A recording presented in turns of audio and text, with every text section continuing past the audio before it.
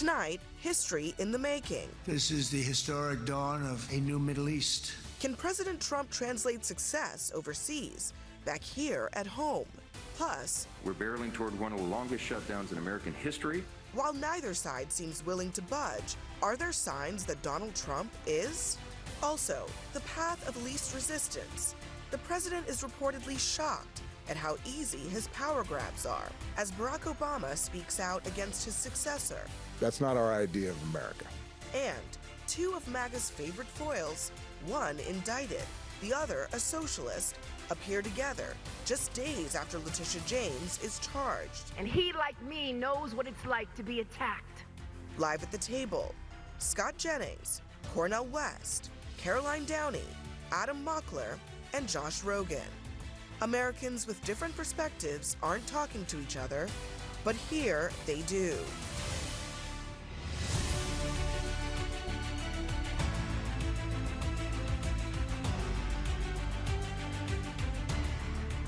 Good evening. I'm Abby Phillip in New York. Let's get right to what America's talking about. A truly historic moment in the Middle East. World leaders tonight gathered in Egypt to sign a ceasefire deal in Gaza, a deal that was brokered by President Trump. And with that, all 20 of the living Israeli hostages are home now, after more than 2 years in captivity.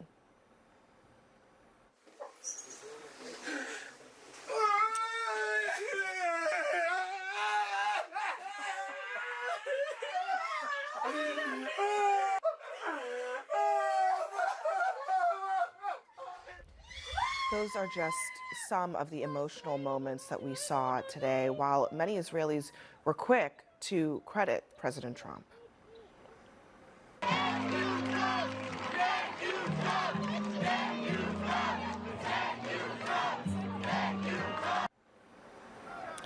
On the other end of this deal was the scene in Gaza after nearly 2,000 Palestinians were released by Israel. 1,700 of them had been held without charges after being detained during the war. 250 were prisoners, with most of them convicted for deadly attacks on Israel dating back decades, and others convicted of lesser charges. Still, many of the details of this ceasefire are still pretty unclear. Will it last? Will it be enforced? Will Israel withdraw from Gaza? Will Hamas disarm? And despite all of those questions, Trump marked today as the beginning of lasting peace in the region. This is the historic dawn of a new Middle East. Generations from now, this will be remembered as the moment that everything began to change, and change very much for the better. Like the USA right now, it will be the golden age of Israel and the golden age of the Middle East. This took 3,000 years to get to this point. Can you believe it? And it's going to hold up, too. It's going to hold up. And while it's not clear whether the 3,000 years of conflict is really over today, I think it is clear that what Trump was able to do is perhaps the best example of his deal-making style. He was able to bring the parties to the table. He gave the Arab nations the assurances that they need to come to the table. And more importantly, perhaps, he pressured Netanyahu by saying, essentially, take what you've gotten so far in terms of the military gains and sue for peace. Yeah, I mean, it's very rare these days that we can all agree that today was a great day for the Israelis, for the Palestinians, who are no longer getting bombed every day, for the president, who achieved this victory. And that's good. We don't have to condition that. We don't have to qualify that. We can just celebrate that these families got their hostages, their family members back as hostages, and that the Palestinians can live without fear of getting bombed every day. Tomorrow, we're going to have to look at what happens next. And I don't think anyone knows. I don't think the Trump 20-point plan is liable to go off as it's written. I don't think the people in the region know. I don't think the Palestinians have a surety that they'll be able to live in peace and security. I don't think the Israelis have a surety that they'll be able to live without the threat of Hamas threatening them. Today we can just celebrate, but tomorrow there's a lot of hard work to be done. And I don't think that we can say that this is a pivotal point in Middle East history. What we can say, it was a good day because today the guns went silent. And that's a very good day, especially this day and age. So Dr. West, I mean, do you think that you know, there's been some back and forth about credit. And look, everybody knows Trump likes credit. But is it fair in your mind for more people on the left to actually give him credit for this, to acknowledge that perhaps he was the difference maker in this particular deal? Well, I look at it from the vantage point of any time there's tears of joy of people having their loved ones return. It could be the Palestinians themselves with 2,000 incarcerated ones returning. It could be the 20 of Israeli. Each one of those tears, Israeli or Palestinian, are precious. That's very important. I give Trump credit for stopping the war and stopping the genocide. But the problem is, you see, is that Matthew 5:9 says, blessed are the peacemakers. Peacemakers are justice seekers. I'm not convinced that Trump is a justice seeker. He has stopped the war. He stopped the genocide. That's a positive thing. But you can't seek justice unless you look at the world from the vantage point of those who themselves are under occupation. And as long as there's occupation, there's going to be Hamas or Hamas-like resistance, because every history that we know of people who are under occupation, be they Jews in Poland, or be they Palestinians in Gaza, or be they indigenous peoples in this country, or black peoples under slavery, there's going to be resistance. And so the question is, can Brother Trump follow through and be a justice seeker? But I think we'll see. I mean, I think that's the point that you're making. Proclivities. He's going to be much more tied to Netanyahu, who himself has to be accountable for war crimes himself. You say you think that he's inclined to not. That's my not hunch, do but that. I mean, Scott, we shall see. I'm not going to trump Trump. I'm not going to just foreclose his possibilities, but I'm not holding my breath. Yeah, I think Josh is right. We don't know what's going to happen next. I mean, you said the guns were silent. I wish that were totally true. Hamas is going around and executing some Palestinians right now, torturing them in the streets, and apparently they plan to execute more tomorrow. I mean, these are bad people. And Totally agree. The idea that they're going to de-radicalize or willingly give up their arms, I'm skeptical of. So Sure. I worry for the Palestinians, actually, because of what Hamas is now doing to them inside of Gaza. But I've been wearing this pin for 2 straight years, waiting for these hostages to come home, and I've been waiting to take it off, and I'm going to take it off tonight because the 20 people came out, and I met some of the families earlier this year, and I've been following their stories quite closely, and I'm going to replace it with an American pin, American flag pin, because in my opinion, this was a huge victory for the American people, led by our president. But it was only through the power and the force of will of the President of the United States that 20 people returned to their families, that we have the beginnings of the possibility of a peaceful era in the Middle East, and that maybe a future can be had by millions upon millions of people in a place where it's sometimes hard to visualize the future. And so I couldn't be prouder to be an American tonight, because without the United States and without our president, this doesn't happen.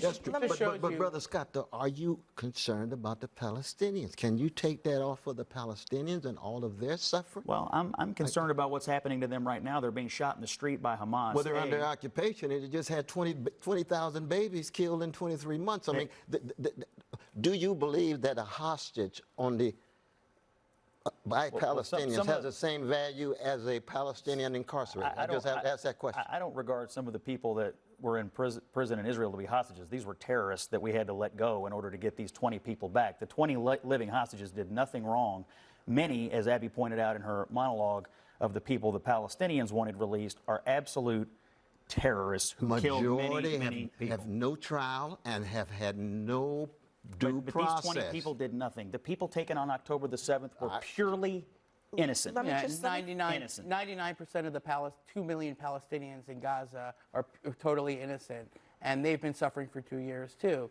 And they need humanitarian aid. They need medical aid. I think they've been suffering for longer than that under the yoke of Hamas. But now they should be able to eat. Let me they just should be able to let me live raise lives of dignity and one prosperity. Interesting note here. This was a New York Times op-ed that noted that Trump is more flexible on the foreign stage than he is back home, where he is much more unpopular, it seems.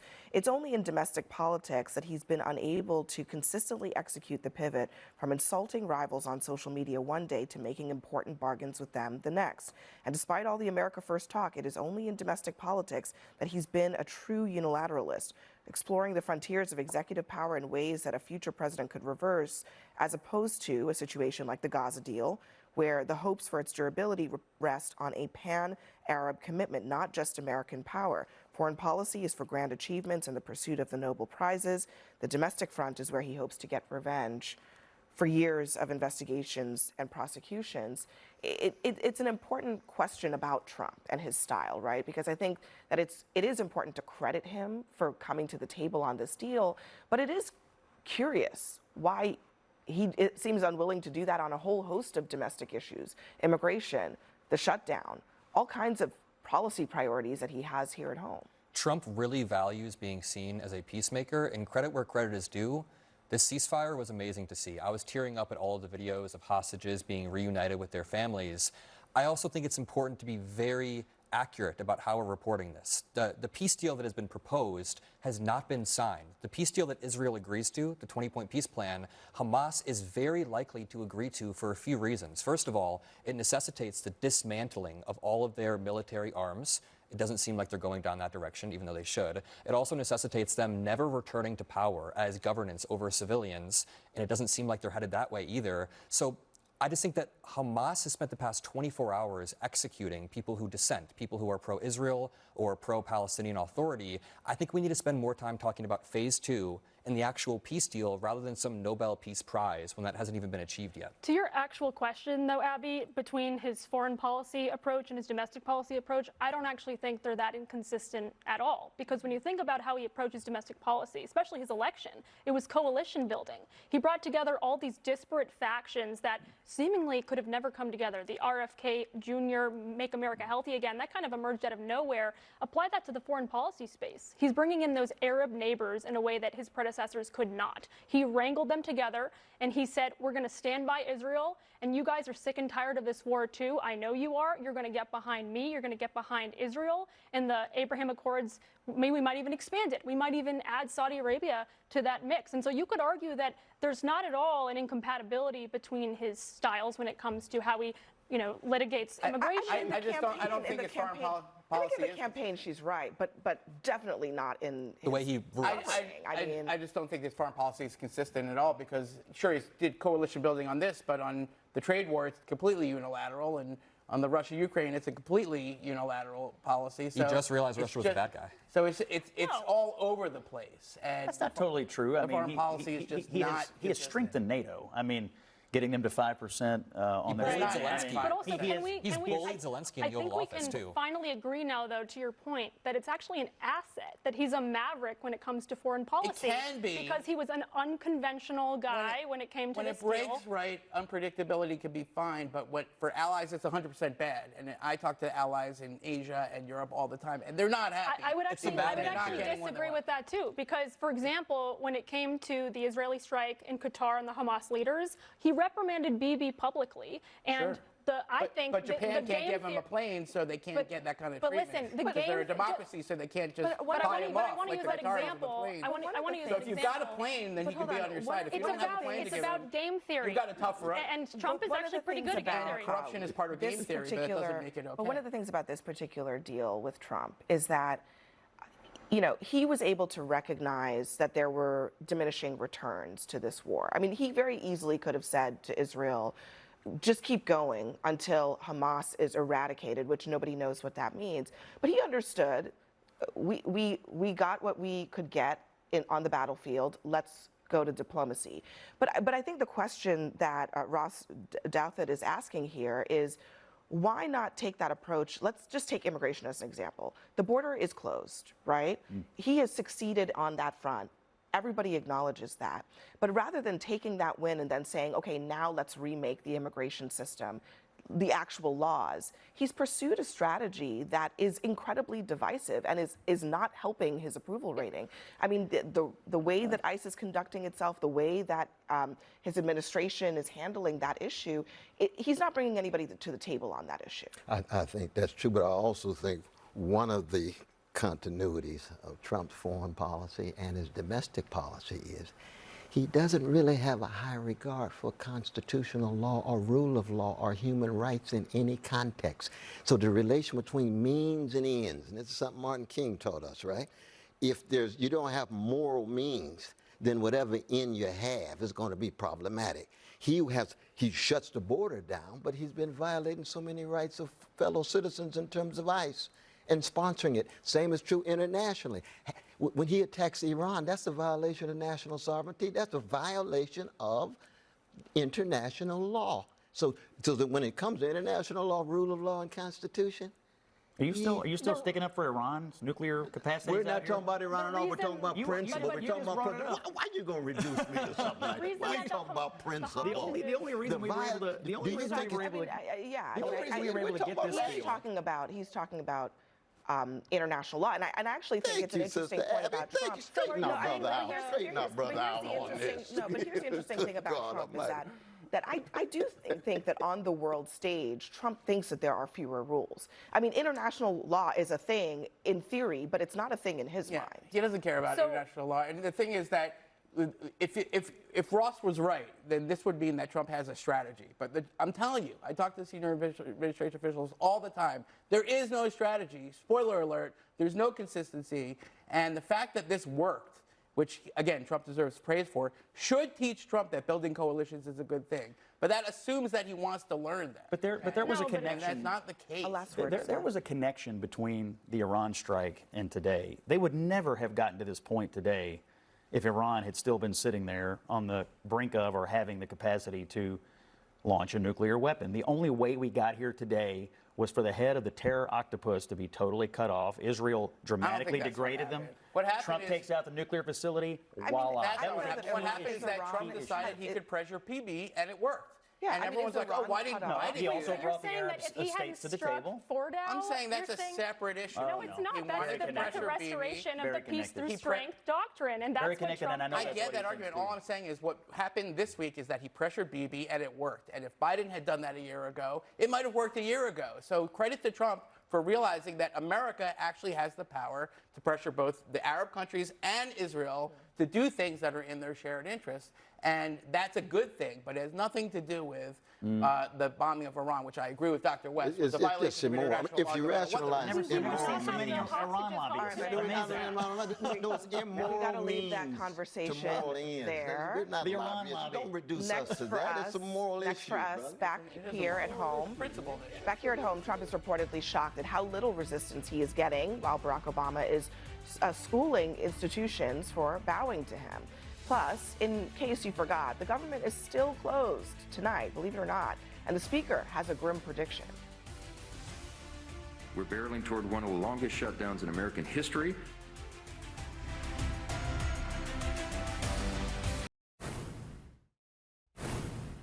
Tonight, Donald Trump is reportedly shocked at how little resistance he's getting in his second term. The Wall Street Journal reports that the president feels emboldened, while top advisors joke that he's ruling lawmakers with an iron fist. In fact, longtime ally Steve Bannon is likening Congress to the Russian assembly, whose purpose under Vladimir Putin is largely ceremonial. Now, Barack Obama agrees. The former president is scolding businesses and universities for not standing up to Trump and for criticizing his values. We have blown through, just in the last 6 months, a whole range of not simply assumptions, but rules and laws and practices that were put in place to ensure that nobody's above the law, and that we don't use the federal government to simply reward our friends and punish our enemies. Now, I want to start with the Trump part of this, which is what Bannon notes in this piece, which is essentially that he's treating Congress just as like, you know, a ceremonial thing that's there to just like sign off on his policies. And that is kind of how Congress is behaving in this moment. So I'm not surprised, I guess, I don't know if you are, that Trump feels like he can kind of do whatever he wants in this moment. So I agree that Congress needs to rediscover its agency and actually start acting like Congress, start legislating, end the shutdown, all of that jazz. But I think it would be really silly to accuse Trump of being, again, this like unilateral executive when under the Biden administration, the Obama administrations, they maximized their mandate fully.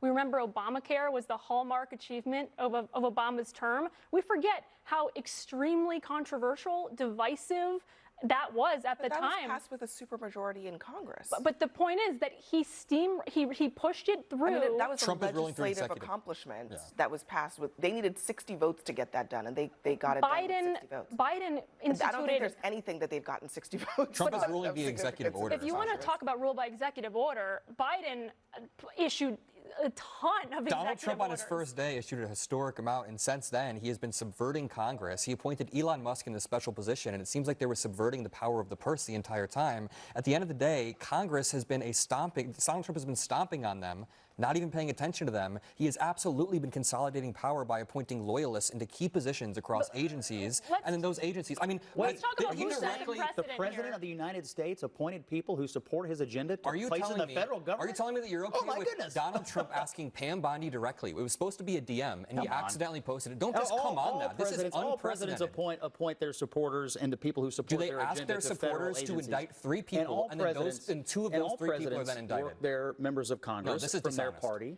to pass their agenda. This is Whether dishonest. if you have the party if your party is in charge in Congress, they look to the president to set the agenda for the party. After all, in the elections, people who turn out to vote are typically voting. So for the Biden never presidential weaponized candidate. his DOJ, and that's what you're saying. Biden never asked. No, he absolutely did. When did he ask You want to Merrick talk Garland? about lawfare? When did he ask Merrick Garland to go after someone? Trump sent a Oh, DM wait. to Pam Wait Bondi. a minute, This is wait a minute. unprecedented. The Merrick Garland who sent the parental rights memo So did that basically demonized and Biden parents asked him that to do that protested when? at Did school Biden? board meetings. I'm going to ask you a simple question. When did Biden ask him to do that? Garland collaborated with Biden When to did Biden send that directly ask him memo to do that? weaponizing the FBI and hold law on. enforcement Garland collaborated with Biden. with the Biden administration. Yes. Okay. That was their Garland policy. I mean, collaborated it was with the Biden. administration's And I think policy. that, It that absolutely Adam's was. question, and it's a question I guess apparently this comes up on the show every other day, is where is the evidence that that was directed by the White House? Where's the evidence that it was directed? And I'm going to broaden it, like not just the president, because you could argue that if you're going to compare apples to apples, the direction needs to come from the president, but from the White House. Where's the evidence of that? Where's the evidence they disagreed with it? Is this not his administration's disagreeing policy? with it is not a crime. That's a totally different. Is it not his? That's a Is it totally not his different policy? thing. Was it not his administration's policy? Where is the evidence that? Where is the evidence that he wasn't happy with his own But hold on a administration's second, policy? Scott. I actually think that's a really important point because whether it is agreement or disagreement, both of those things would be involving themselves in what's going on at DOJ in a way that most presidents don't, and that Donald Trump is. So whether or not they said do this or don't do that, both of those things would actually be off limits in a world in which DOJ is allowed to pursue. That's what the executive A world in which DOJ is allowed to pursue the rule of law. If Joe Biden was mad about Merrick Garland going after ordinary parents, he could have put a stop to it. But I think he loved it. Do you think that the president should be engaged one way or another, saying affirmatively or saying negatively, about what the DOJ is doing? I have told you many times. You I think think it's so? fine for the president to express opinions about how his He administration directly operates. asked Okay. her. I love And I watching also the think it's conservatives fine for duck processes. and dodge. Listen, No answer. Is that not the executive I think that this is super important because Adam's making an important point. Trump said, you're not doing your job. In fact, he said something very similar just the other day. I mean, you're not doing your job. He called out 3 names. 2 of those people have been indicted. So that's more than just expressing an opinion. That was an order. It is to extraordinarily his Attorney General. naive to believe that the Biden Department We're of being Justice naive? operated as some disembodied, floating, But you have no example. magical seahorse. I love You don't think the president knows what his department's doing? Those are his departments. All right, go ahead. It's executive For me, branch. the problem is, especially Brother Scott, though, man, if one side is doing something immoral, all you're going to do is point out what the other side did that was What is immoral. immoral? There's no What is immoral? equivocation here. Tell me though. what's immoral. The violation of constitutional separation of sites and spheres. Who set that That precedent? if Who one set that party is precedent? weaponizing, you say the other party I is love weaponizing. watching the So conservatives that we on this never panel. get beyond any kind of immorality. We just rationalize more immorality, concentration of power, and you end up I in mean, the I end, think that that's for the- fundamentally for I the mean, look, fascism. That's how I you think that's that how you end there up are with quibbles fascism. about whether No or morality not whatsoever. you guys have proof of your allegations of weaponization, which I've heard none so far at this table. 2013, But even IRS if you did have but even weaponization of if both, you so what? They're do- both wrong. They're both wrong. Right, They're both exactly. wrong. So even if you do, you know, wouldn't the correct response be to restore actual rule of law in those institutions as opposed to further weaponizing them? Absolutely. Are you sure that the people who've been indicted aren't guilty? That's not the I didn't- point. sure That is not the point. I didn't make any statements about their guilt or innocence. But you seem to think it's a Scott, violation of the rule of law for a acknowledge grand who jury to have crossed the indicted them. Rubicon? Scott, That's that's what I not what we're talking about here. We are talking about Donald Trump's role in directing his attorney general about who to prosecute. That's what we're talking Who about. then has to go to a grand jury and present evidence and go through the process like everybody else in this But country. the first prosecutor, Eric Siebert, didn't want to do it, so Trump Okay. forced him out. I love watching the The grand conservatives. jury met. Listen, I They- love they watching the brought conservatives charges. on this I know you panel don't wanna dodge believe it, and but they weave with did. zero evidence whatsoever of any weaponization. I've asked you this multiple times, and you have no evidence, yet Donald Trump tried to send Pam Bondi a DM. This should be embarrassing that you are defending the President of the United States as he is directly asking. I'm defending a process of grand Josh juries that's Rogan, existed in this country for a very I want to long just time. raise this one with you because one of the other things here in this journal story is that the business leaders are saying that they are afraid to speak out about Trump. Totally. I don't think anyone wants to suffer the consequences of any public comment whatsoever that might be interpreted as an excuse to go after them. This is the chief executive of the Partnership for New York City, a business group here in New York. The vibe is Trump is so powerful. Yeah. He's using the White House as a weapon. Business leaders are like, we'd rather just stay out of the fray. Yeah, not just business leaders, academic institutions, law firms, think tanks, non-governmental organizations, you name it. The Trump administration has taken an unprecedented policy of extorting these institutions to toe the Trump political line, and that is the stuff of dictatorships and authoritarian regimes like Hungary or Saudi Arabia or Turkey or Russia or China. And that is unprecedented in the American system. Now, what President Obama was talking about on that Mark Maron podcast was that the institutions that fight back sometimes win. And so they should try to fight back, although there are big risks in fighting back. But I face this every day in my reporting for the Washington Post, that institutions, whether it's an NGO, a human rights organization, whoever is facing the threat of extortion from the Trump administration, they don't want to poke their head up because it's very risky. They could lose their funding. Their people could get fired. The people that they're supporting could die, all right? And so this is very high-stakes stuff, and the Trump administration is playing a very cruel game where they threaten the success or even the lives of the people in your organization, their careers for sure, if you don't toe the political line.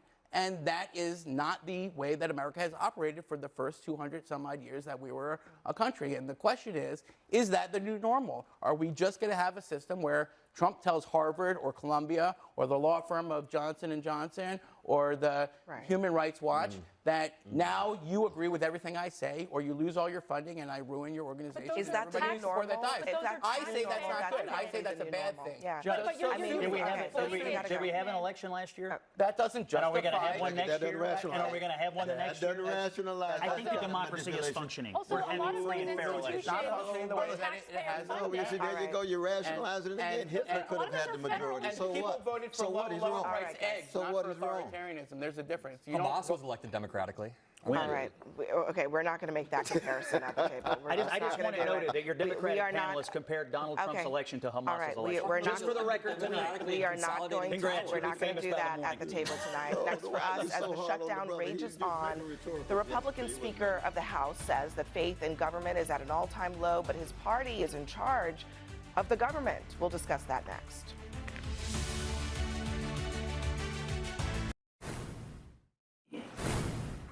The standoff over how to reopen the government is now in its third week, and Speaker Mike Johnson is warning that things are going to get uglier if Democrats don't cave. We're barreling toward one of the longest shutdowns in American history unless Democrats drop their partisan demands and pass a clean, no-strings-attached budget to reopen the government and pay our federal workers. Now, caught in the middle of all of this are more than 1 million federal workers, either furloughed or working without pay. But Johnson maintains that there's just one side to blame. I know the Democrats hate to cut spending in any way, in any form. But we are for that because we have to make government work better for people. If you look at the polling, the people's faith in the federal government is at an all-time low. Why? Because they don't see that it's being done well. I'm not sure he remembers, but Republicans are in charge of all three branches of government, more or less. And certainly the House, the Senate, and the White House are all in their command. So who's really to blame? Yeah, I've been doing a lot of reporting this over the last 2 weeks, and what I found is that this shutdown is different than all of the other shutdowns that all of us have seen. It feels for that two way, reasons. certainly. One is because it comes after several rounds of layoffs and rifts and Doge. So the people inside the federal government have already been traumatized. They're already under siege. Hundreds of thousands have already been fired. And so now these actual institutions are kind of breaking down. And that's why we're going to see a lot of public services that people depend on really erode over the next couple of weeks. It's going to be really shocking. And the second thing is that both sides think they're winning. The Democrats think they're winning. The Republicans think they're winning. Trump thinks they're winning. Nobody has an incentive to back down. And that means we're going to be in this for a while. And the American people are happy to blame both sides. And I blame both sides, too. I think both sides are at fault.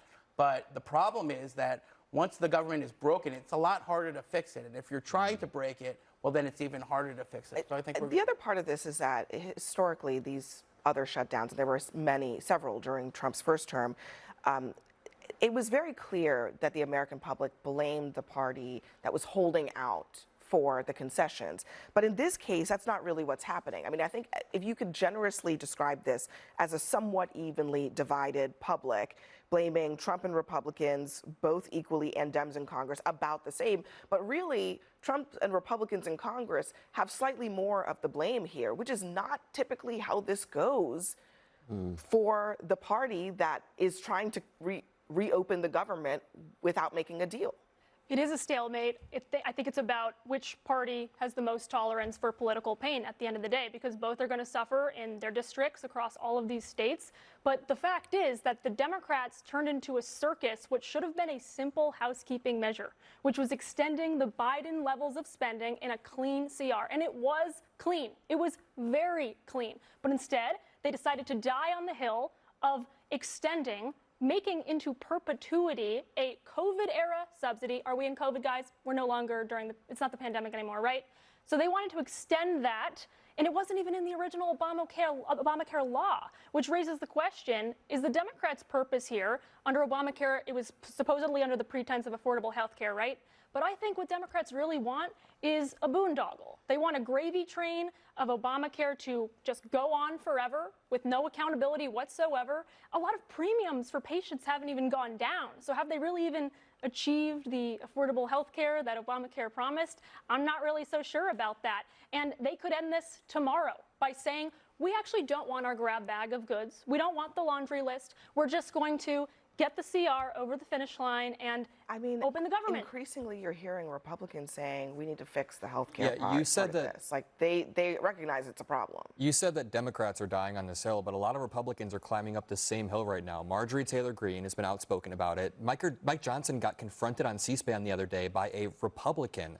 I don't know. I know I'm a lot younger than you, so I'm closer to like 5th grade government 101, but this takes compromise. If you have 53 Republicans and you can't get 7 Democrats to sign on, that means they're not compromising. There were 13 CRs passed under Biden because they let Republicans into the room and they said, listen, you guys can talk to us, we'll talk to you, we'll negotiate. In this case, Democrats are essentially being shut out, and Donald Trump is posting AI memes of Hakeem Jeffries with a sombrero. So if you want to talk about a circus, it's a meme war. It's reciprocal from the Democrats. Donald Trump is the president. He should have a say. Let me just, real quick, Scott, let me play, this is Trump in 2019, back when he was president, okay? So he was in the White House, and he was the one trying to keep the government shut down until he got his border wall. And here's what he said. We really have no choice but to build a powerful wall or steel barrier. If we don't get a fair deal from Congress, the government will either shut down on February 15th again, or I will use the powers afforded to me under the laws and the Constitution of the United States to address this emergency. Wasn't the first time, wasn't the last time that it was Trump and Republicans who were saying, we won't open the government until we get what we want in terms of concessions. So the shoe has been on the other foot. Yeah, and I don't know what relitigating a shutdown from 6 years ago does for us tonight. I do think this, both parties, I agree, I think they both think they're winning this in some way. And I interviewed Steve Scalise today on my radio show. He didn't sound like this. He thought it was going to come to an end anytime soon. Both of them have a pretty strong position. I assume at some point they will wind up negotiating this health care deal. I agree with a lot of what you said about, I mean, this is a COVID-era program that Democrats are trying to extend. And it does call into question the status of American health care and the insurance system right now. But at some point, you know, these things typically end in some kind of a negotiation. These subsidies don't expire till the end of the year. It's October. They have plenty of time to deal with it. So why not just come to the table right now? I mean, by the time we get to a negotiation, we'll be in November. I mean, we're almost mid-October at this point. But I think part of the problem is that the system is so corrupt that both parties, and as you know, I don't think highly of either one of these parties at all. Same. Whatsoever. But what happens is, first you had a government shutdown before there was a government shutdown, which was the firing of all of those workers, disproportionately black sisters, black women, 200,000 who lost their jobs were fired. Then you've got a moral meltdown and a spiritual breakdown in the country, which has to do with massive distrust, not just with politicians, but with citizens. It's hard to have conversations with each other. So what happens in such a context? Everything is shut down. All right, we'll leave it there for this one. Next for us, newly indicted New York Attorney General Letitia James breaks her silence, appearing with Zohran Mamdani here in New York. Hear what she had to say. That's next.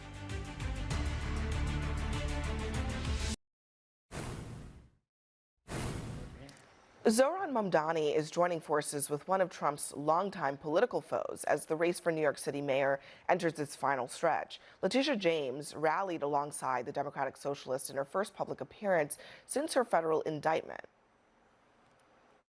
And he, like me, knows what it's like to be attacked, to be called names, to be threatened, to be harassed.